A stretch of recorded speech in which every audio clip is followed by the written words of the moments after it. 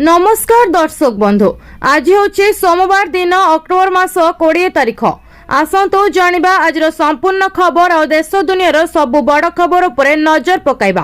तेबे आसतु आजर गुरुत्वपूर्ण खबर गुड़िक उपरे नजर पकाइबा। प्रतिदिन एमिति न्यूज वीडियो सर्वप्रथमे देखिबा पई आम चैनल टी को सब्सक्राइब करिनियंतु। आजर प्रथम खबर रहिछि 21 रे आसुछि बड़ लघुचाप, पुणी रचिब तांडव। एही सबु जिल्ला को येलो वार्निंग जारी। आसंता 21 रे दक्षिण पूर्व बंगोपसागर रे लघुचाप सृष्टि हेबार संभावना रही। यह क्रमशः पश्चिम उत्तर दिग को गति करी आहुरी घनीभूत होई 48 घंटा मध्य एक अवपातर रूप नहीं पारे बोली पूर्वानुमान करिछि भारतीय पाणीपाग केन्द्र। अक्टोबर मासरे ओडिशा रे बात्या भय रहुथिबा बेले अवपात एजाए पूर्वानुमान करिछि पाणीपाग विभाग। लघुचाप सृष्टि हेबा परे स्थिति स्पष्ट हेबा नै पाणीपाग विभाग कहिछि सेपटे आजिठु जिल्ला रे हालुकारू मध्यम धरणर वर्षा होई पारे।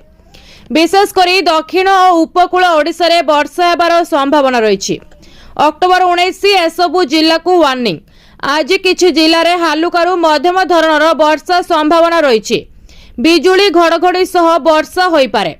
से जिला गुड़िक है कलाहांडी, कंधमाल, रायगड़ा, गजपति, गंजाम, कोरापुट और मालकानगिरी। 20 अक्टोबर रे एसबु जिला को वार्निंग। दीपावली रे किछि जिल्ला रे हालुकारू मध्यम धरणर वर्षा हेबार संभावना रही। गंजाम, गजपति, रायगड़ा, कोरापुट, मालकानगिरी जिल्ला रे वज्रपात सह वर्षा नहीं पाणीपाग विभाग येलो वार्निंग जारी करिछि। अक्टोबर 21 वर्षा वार्निंग। उपकूल ओडिशा सह दक्षिण ओडिशा रे हालुका मध्यम धरणर वर्षा हेबार संभावना रही। उपकूल ओडिशार गोटे किंबा दुईटी स्थान रे वर्षा हेबार संभावना रही।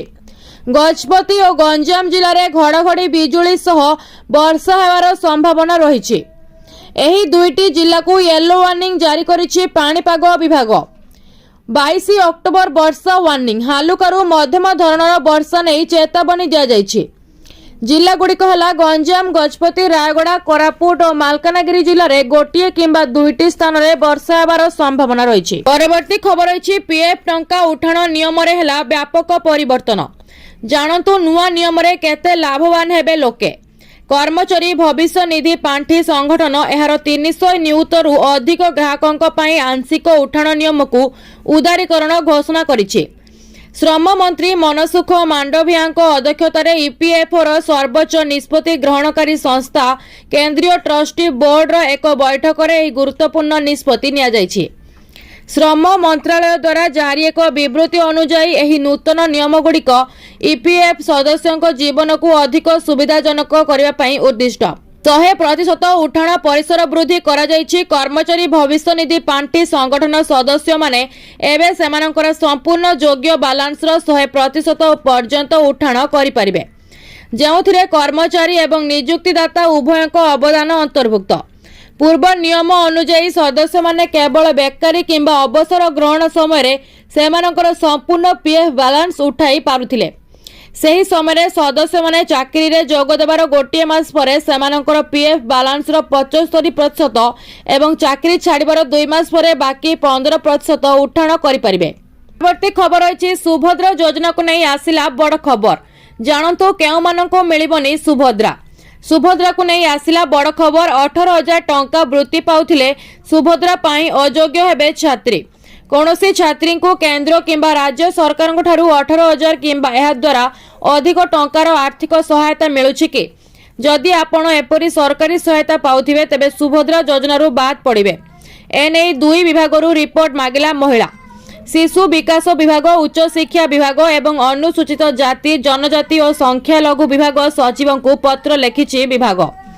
सुभद्रा नियमावली अनुसार यह योजना अधीन योग्य हेबा पई हिताधिकारी बयस 21 वर्ष किंबा ताहाठारु अधिक एवं 60 वर्ष रु कम होइतिबा आवश्यक। राज्य किंबा केंद्र सरकार कौनसी योजना अधीन जदि वार्षिक 18,000 टंका किंबा ताहाठारु अधिक अर्थ सहायता ग्रहण करुथिबे तेबे से क्षेत्र में संपृक्त महिला अयोग्य घोषित हेबे। परवर्ती खबर रही दीपावली पई कटक रे कटकणा लागू करा जायछि। जानतु केउ समय रे फुटाइबे बाण। कटक रे भी कटकणा। राजधानी भुवनेश्वर परे सिल्क सिटी कटक रो मध्य लागिला कटकणा। 2 घंटारू अधिक समय बाण न फुटाइबा पई लोकंकु अनुमति दिया जायछि। आज दीपावली उपलक्षे विभिन्न स्थान में बाण फुटा जिवो, तेबे एहा भितरे बाण फुटा नहीं गाइडलाइंस जारी करा जायछि। संध्या 7 रु राति 9टा जाए 2 घंटा बाण फुटाइबा परे अनुमति दिया जिवो। एने सूचना दिया जायछि। कटक डीसीपी ऋषिकेश खिलारी नियम न मानिले दृढ़ कार्यानुष्ठान निया जिवो। समस्तक उपरे नजर रखिबो पुलिस। काली पूजा हेबाकु थिबारु विभिन्न संवेदनशील स्थान रे और विभिन्न पूजा मंडप गुड़िकरे पुलिस मुतयन रहिबो बोली कुहा जायछि। जेपरि पुणी कोनोसी अप्रीतिकर परिस्थिति देखिबाकु न मिले सेथि प्रति ध्यान देई कार्यानुष्ठान ग्रहण करा जाउछि। परवर्ती खबर अछि दिवाली पूर्वरु सुप्रीम कोर्ट को ऐतिहासिक राय। एबे कोनोसी गरीब टंका अभावरु जेल रे रहिबे नै। प्राय 3 वर्ष पूर्वे राष्ट्रपति द्रौपदी मुर्मू तत्कालीन मुख्य विचारपति को कहिथिले जे सुरक्षा जमा अभावरु जामिन पाइबा सत्ते मध्य गरीब आदिवासी लोक माने जेल रे रहिछन्ति, जाहाकु नै परवर्ती समय रे सुप्रीम कोर्ट स्वतः तदंत करथिले। एबे किंतु एनै एक ऐतिहासिक निष्पत्ति नैछन्ति मान्यवर सुप्रीम कोर्ट।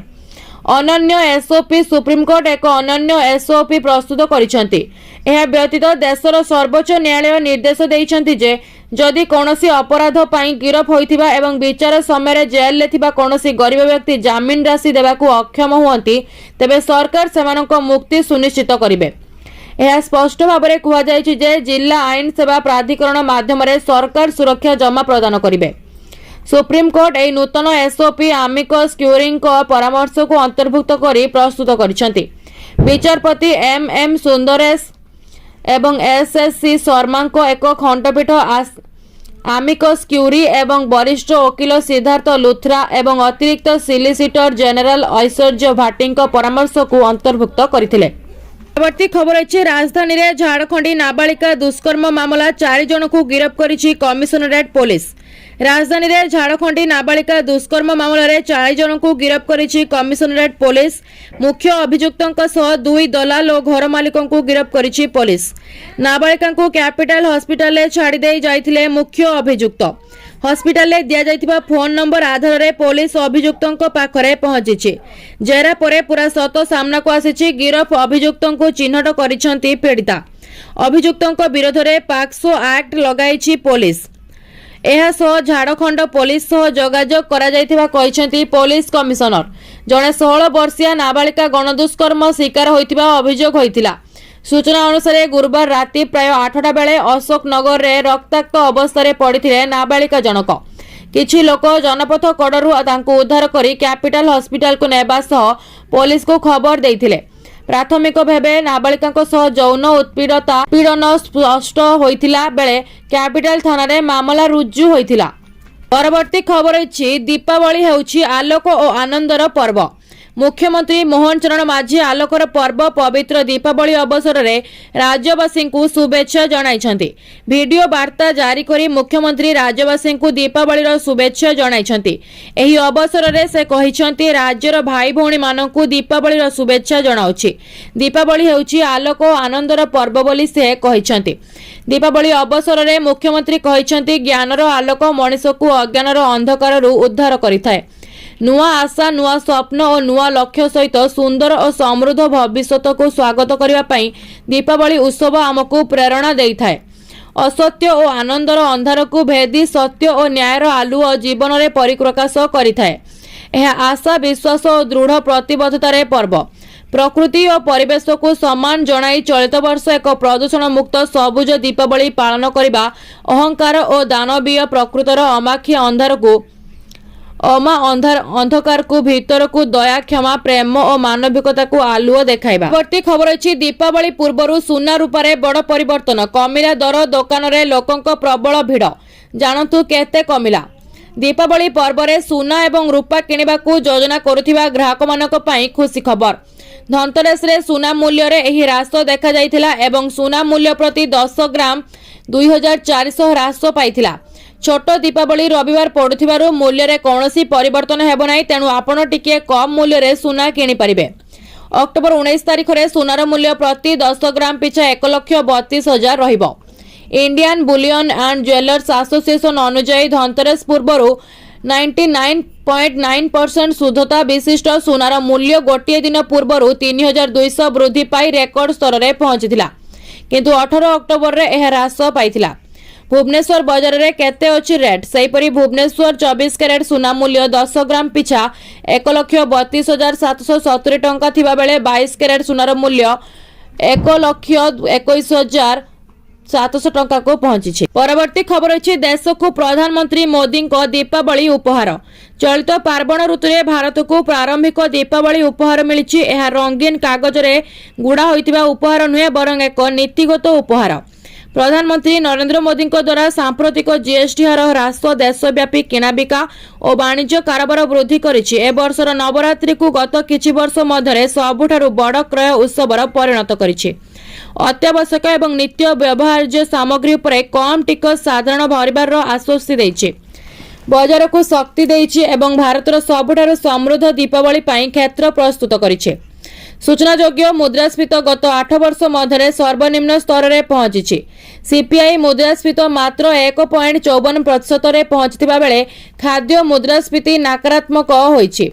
यह साधारण परिवार गुडी को बड़ उत्सव पालन करिबार आर्थिक स्वाधीनता देछि।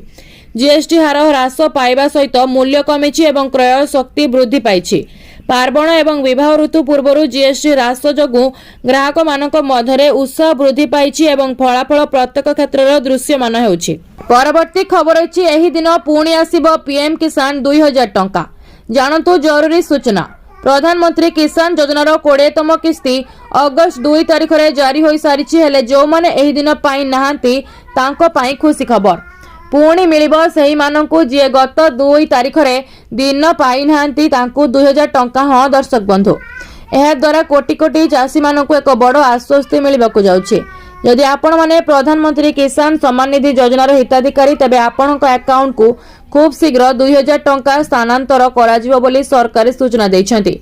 सूचना अनुसार प्रधानमंत्री किसान योजनार 20तम किस्ती 2 अगस्त 2025 रे चाषी अकाउंट को स्थानांतर करा जायछि। पूर्वर 19तम किस्ती फेब्रुआरी 2025 रे पठा जाइथिला। पुणी मिलिबो जो चाषी अगस्त 2 रे पाई नाहांती तांकु।